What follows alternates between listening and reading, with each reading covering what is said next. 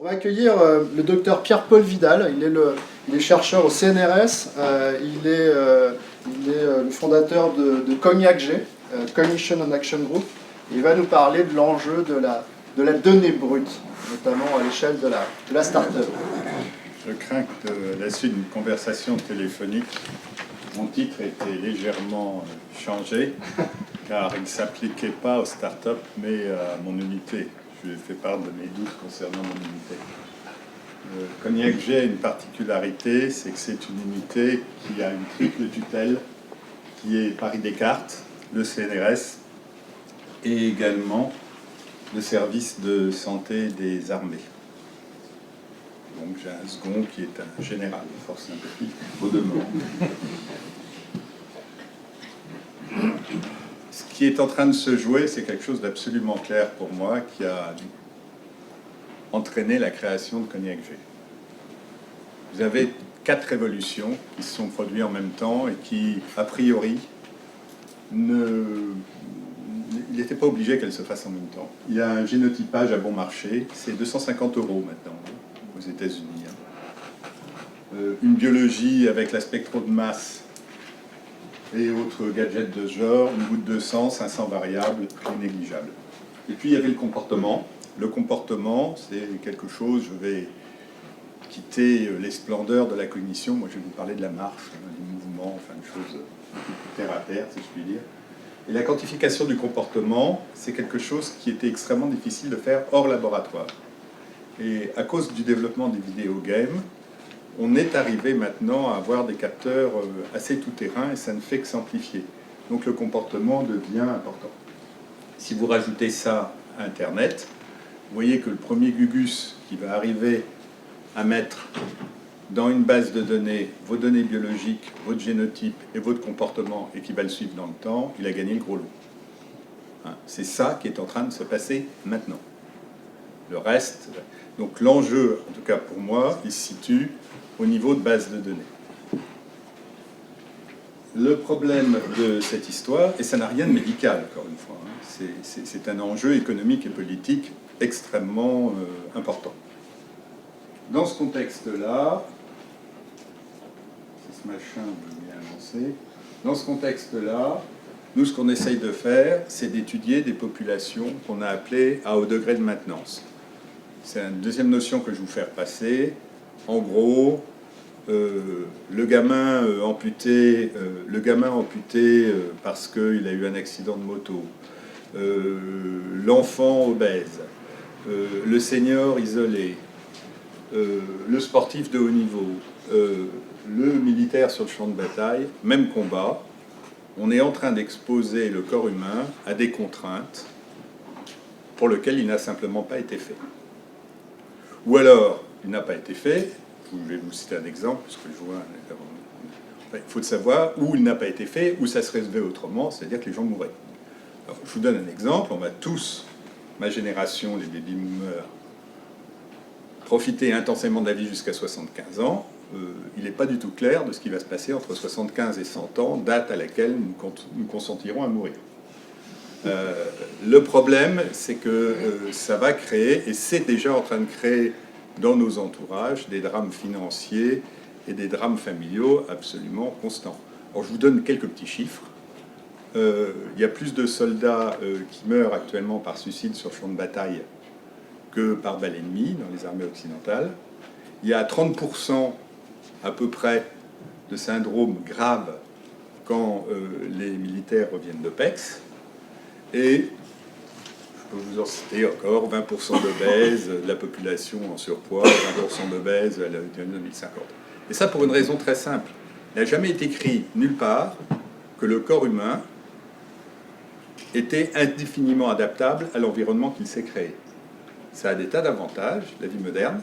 Il est écrit absolument nulle part que le fait que nous soyons des vertébrés de 400 millions d'années et des bipèdes de 7 millions d'années nous prédispose à vivre assis toutes les journées.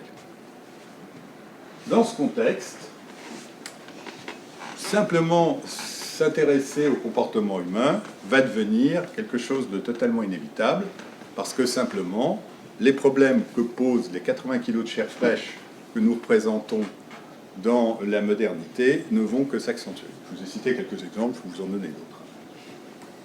Alors, le problème que je tiens à signaler, et là je parlais encore une fois pas des startups auxquelles je ne connais absolument rien, mais de mon expérience en tant que chercheur et médecin. Le problème, c'est qu'il faut faire collaborer ensemble, pour faire ces bases de données, 3 types de gens. Des ingénieurs, parce que les capteurs sont en pleine explosion, et il faut les bons capteurs au bon endroit, au bon moment. Des informaticiens, parce que les bases de données sales, c'est très facile.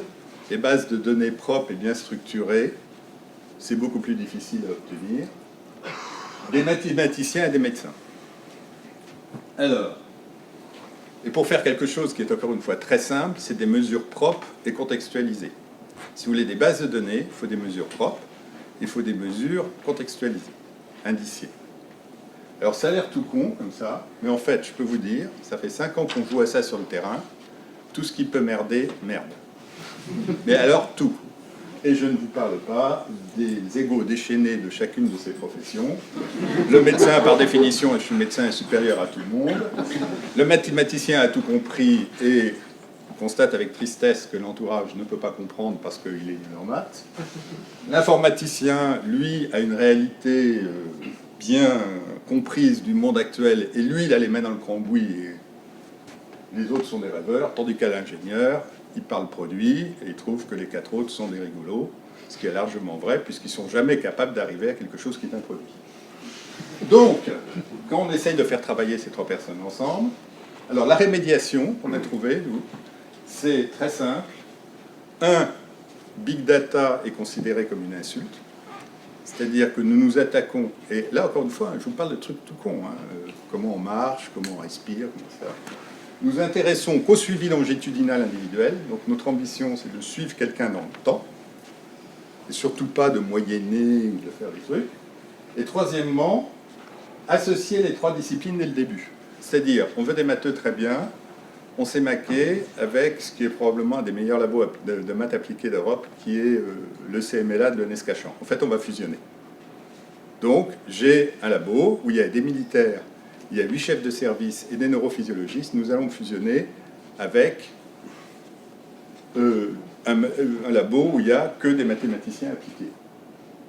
Et surtout, ces 3 personnes, métiers, doivent collaborer dès le début.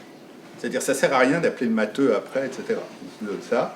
Et il y a le vieux con au-dessus, dont la seule utilité, et quand il y en a un qui commence à snobber l'autre, on vire. C'est aussi bête que ça. Moyennant quoi, nous sommes déployés depuis 5 ans des projets qui avancent trop lentement, je trouve, mais on est sur un système qui s'appelle Smart Check. Encore une fois, on essaye de mesurer le mouvement, la marche, la respiration, c'est pas de la cognition, c'est du mouvement. Alors le truc, pour faire chic tout de même, c'est de vous dire que si vous y réfléchissez bien, ce que vous pensez, je m'en fiche, puisque de toute façon, tout ce qui sort d'un être humain, c'est du mouvement. Je parle, je bouge, je mange, etc. Tout ça, c'est du mouvement. Enfin bon, la vérité, c'est que c'est plus facile à mesurer qu'un objet. Donc, on a le niveau, je dirais, sur le terrain. Alors, nos terrains, je vais vous fournir quelques exemples. C'est le terrain de sport, le champ de bataille et l'hôpital. On fait Mumuse dans l'interface homme-machine à 2 niveaux, mais avec les simulateurs d'avions et les simulateurs d'hélicoptères. Et puis on a un 3e niveau qui est autour de l'étude du comportement en habitat naturel. Alors c'est des projets dans les salles de réanimation. On essaye de construire des appartements intelligents.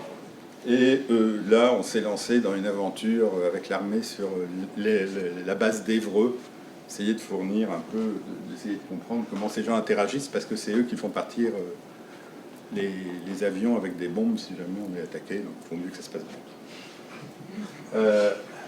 Alors un exemple, voilà, 2 ans de ma vie.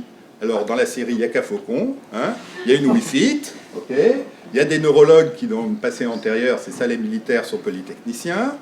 Ok, donc il n'y a qu'à mettre des malades en consultation sur une Wii, mesurer les oscillations de leur corps et faire ça à chaque consultation. Et donc, on a une base de données, et donc, on peut suivre les gens, etc. Vous voyez, on est loin de l'EEG, là. C'est vraiment, vous montez sur le truc, vous fermez les yeux, vous ouvrez les yeux, ça dure 30 secondes, j'envoie les données, je reviens. D'accord ? 2 ans de ma vie, 10 centraliens, 3 polytechniciens, ça commence juste à marcher. D'accord ? Si des gens sont intéressés par les détails de tout ce qui peut foirer dans cette histoire, je les donne. Rebelote avec la marche, les capteurs sont sur le marché, ça s'appelle des X-Sense. Alors, hein, question idiote, hein, quand on fait une prothèse de hanche, 350 par an à Pompidou, bah, figurez-vous, on ne mesure pas la marche avant et après. Et d'ailleurs, on ne mesure jamais avant et après. Et d'une manière générale, la marche après thérapie génique, c'est 10 mètres aller-retour, et le médecin, il a un chronomètre dans la main. Donc, on mesure. Lui, il est médecin polytechnicien, donc il n'est pas idiot, a priori, c'est mon thésard, d'accord. Il est charmant, voilà, c'est des signaux, et là on s'aperçoit qu'il y a des maths extraordinairement compliquées derrière ces fichus accéléromètres. 2 ans de boulot ici, ça commence à marcher. Mais 2 ans de boulot, hein, pour avoir une mesure, je rappelle, de la marche. Mais, encore une fois, de la marche sur le terrain, hein, pas dans un laboratoire, parce que ça, je sais faire, ça fait 30 ans que je fais ça. Hein. Je parle dans un service hospitalier avec 20 patients qui gueulent dans la salle d'attente. Parce qu'on est en retard. Service d'ophtalmo de Necker, j'ai aussi un autre thésard, professeur d'ophtalmologie, spécialiste des mouvements anormaux des enfants. C'est très embêtant parce qu'après, ils ne voient pas. Le seul problème, c'est que dans un service d'ophtalmo, jusqu'à présent, on n'enregistrait pas le mouvement des yeux des bébés qui avaient des mouvements anormaux. Ils les regardaient. Donc, ben voilà, aussi, là, 3 ans de boulot pour arriver à ce truc-là. Ils adorent ça, apparemment, les bébés. Ouais. Mais c'est vrai qu'ils oublient et on peut mesurer les mouvements des yeux. Ça a été une vaste rigolade, mais ça a été très intéressant. C'est un robot qui est installé à Marcoussis, qui est un simulateur d'entraînement pour la mêlée du 15 de France. On a été les premiers, il y a 4 ans, à mettre aussi des GPS militaires, hein, pour que ça serve, sur l'équipe de France de rugby dans les maillots. C'était possible parce que la passée était... Alors, on est arrivé en finale, hein, je vous rappelle, il y a 4 ans. Depuis, tout s'est gâché. Vous avez regardé l'équipe de France, mais si vous regardez bien, ils sont imparables sur les mêlées ouvertes et sur les mêlées. Ils bousillent tout le monde. Parce qu'ils jouent avec cet engin, une part de brevet, mais naturellement, la FFR ne le vendra jamais parce qu'elle veut garder cet avantage compétitif. Donc, voilà. Donc voilà ce qu'on fait. Voilà. Alors maintenant, je passe à la dernière partie. Je suis en retard. Enfin, je tiens à vous le dire tout de même. Il y a un petit problème dans cette histoire, d'où ma question. C'est qu'il y a des gens beaucoup plus intelligents et beaucoup plus féroces que nous, à Cognac G, qui sont mis de la partie. Il y a 4 ans, ce que je vous ai dit, c'était à peu près visionnaire. Maintenant, tout le monde fait ça. Le problème, c'est les GAFA et la BTX. Alors, je suis professeur en Chine. Je dirige un master en Chine, dans une école de bon niveau, qui fait 7000 ingénieurs de très bon niveau par an, sur une petite province. Il n'y a que 80 millions d'habitants. Donc, ça assure un bon niveau de sélection. Et le problème de ces gens-là, c'est que non seulement ils veulent faire la même chose que ce que je fais, et je n'ai pas exactement la même taille, c'est-à-dire des bases de données, mais en plus, ils sont en train de confisquer les données brutes. C'est-à-dire qu'on assiste depuis 2 ans à un assèchement de la donnée brute. Pour un projet de réanimation, il faut savoir que dans un service de réanimation, que je ne citerai pas, une grande firme américaine vend avec vos impôts à l'assistance publique de Paris des respirateurs. Si on essaye de sortir les données de ces respirateurs, c'est impossible. Alors qu'il y a une loi qui l'oblige à le faire en France. Et finalement, on est passé par ce qu'on appelle, ça s'appelle la littérature grise. 2 ans de ma vie aussi pour arriver à extraire de ces appareils les données dont j'ai besoin pour faire un suivi longitudinal. Et pourquoi ? Parce qu'en cas d'attentat, ce qui s'est produit, nous avons le jeune chef de service d'anesthésie réa qui utilise ces respirateurs, qui se retrouve avec des gens coupés en 2 par des kalachnikovs. Il faut que vous sachiez que le problème des armes de guerre, c'est qu'elles font des blessures auxquelles les médecins civils et les réanimateurs civils ne sont pas habitués. Donc ça devient important de repenser toute l'organisation d'un service d'anesthésie de réanimation quand il y a un petit con qui s'amuse à vider sa kalachnikov comme au Bataclan. Ça a été la panique complète parce qu'en fait les médecins n'étaient pas formés, d'accord ? Donc on veut les donner, donc on se dit on va demander, etc. Ben, General Electric, parce que j'ai une cité parce qu'il me pompe l'air à un max. Hein. Et je signale que j'ai 2 enfants américains, dont un qui fait un MD, PhD à Columbia, donc prenez pas ça pour de l'anti-américanisme. Et les Chinois, ils sont partis pour. Hein. Alors, je vous donne des exemples de ça. Vous connaissez ces deux-là, hein, je ne vous fais pas le coup. Ça, c'est, j'ai vu, la 23,5, c'est le gène. En dessous, c'est Sergey Brin. C'est Google Health. Phénotype plus génotype, d'accord? Ça date d'il y a 5 ans. 35 milliards d'euros à eux deux. Vous imaginez de ce que ça peut donner sur le contrôle de ce qui va se passer. Heureusement pour tout le monde, ils ont divorcé et ils ont fini par foutre la trouille même aux Américains, puisque la dame, là, elle est devant la Cour suprême des États-Unis pour des questions de savoir si le gène est une propriété médicale. Google, alors les dernières nouvelles, ça date de la semaine dernière. Ce truc va vous donner aimablement, dès que vous sortez de chez le médecin, le diagnostic de vos maladies en affichant sur la page des universités adéquates, parce que vous comprenez, vous risquez autrement d'aller chercher ailleurs, et ça, c'est des charlots. En France, par exemple, sur le truc, etc. Non, ce qu'on va aller chercher, rappelez-vous, j'ai un fils à Columbia, ne prenez pas ça pour du racisme, c'est intelligent, ils vont aller chercher chez Harvard et chez les Mayo Clinic, qui a un accord avec Apple. Donc tout utilisateur d'Apple, de Google, qui sort avec un diagnostic qu'il n'a pas très bien compris parce que le gars qui est à la Sécu, qui fait sa consultation à 25 € par jour, il n'a pas le temps de vous expliquer en détail ce que vous avez, il va là-dessus, d'accord ? Et on va lui fournir les explications, etc. Moyennant quoi, de l'autre côté, il y a des bases de données qui vont se constituer automatiquement dans le monde entier pour faire des cohortes qui vont être imbattables. À Harvard et à Mayo, certainement pas à Paris-Descartes. Et ça ne s'arrête pas là. Même le service public, les Anglais, je suis très triste pour eux qui sortent, mais enfin, évidemment. Voilà, ça c'est la dernière. Google avait signé avec NHS, service étatique, un accord qui leur donnait les bases de données de 1,6 million de patients passés par 3 hôpitaux londoniens pour 5 ans. Et l'idée, c'est qu'ils allaient, pour le bien de l'humanité, analyser, etc. Et j'ai fini avec ça. Huawei. Bon, je vous avais cité Huawei. Personne ne connaît Huawei ici, probablement, ou bien. Enfin, vous savez que c'est le plus grand groupe de télécom du monde. Vient de se maquer avec BGI, Beijing Genomic Institute. C'est les plus grands séquenceurs dans le monde. Et le Kevin Ho prédit la fin de la pauvreté, la maladie ou même la mort dans le 1,5 milliard de personnes à génotyper. Donc, dans ce contexte, ma conclusion est la suivante, puisque voilà, ma génération, comme vous le savez, a 2 piliers dans la ville, les Tontons Flingueurs, les Shadows et les Blues Brothers. Et donc voilà, et je vous remercie de votre attention. Et c'est là que je voulais attirer votre attention sur justement, donc la conclusion de tout ça, c'est les questions d'échelle qui vont jouer. C'est-à-dire ce qui est en train de se jouer, il y a vraiment un problème d'échelle qui est en train de se jouer. Il y a des gens qui jouent très très bien le coup en ce moment. Et le trio gagnant, c'est la DARPA, c'est-à-dire le budget de la nation, c'est les militaires qui mettent de l'argent, pas en France, aux États-Unis, c'est 1/3 du budget. Une université de très très haut niveau international, c'est ça qu'ils font en Chine. Et une multinationale. Et ce qu'on fait en France, c'est qu'on a un remarquable système de santé, et pour des raisons que j'ignore, les grandes multinationales préfèrent aller se balader ailleurs que de mettre tous leurs sous, comme par exemple Google fait avec Stanford. Moi j'attends que Orange mette plein d'argent, vous pouvez leur transmettre dans les sciences de la vie au CNRS. Hein ? Oui, alors en plus, oui, parce qu'en plus, Google, c'est pas seulement Stanford, d'accord ? Mais c'est le même système, hein, c'est intéressant. Vous allez vers un monde polaire. Il y aura quoi, 15 trios comme ça qui vont dominer dans les sciences de la vie. Et on les voit se dessiner, hein, c'est Jiaotung en Chine, Beijing, enfin, c'est clair, Singapour, enfin, voilà.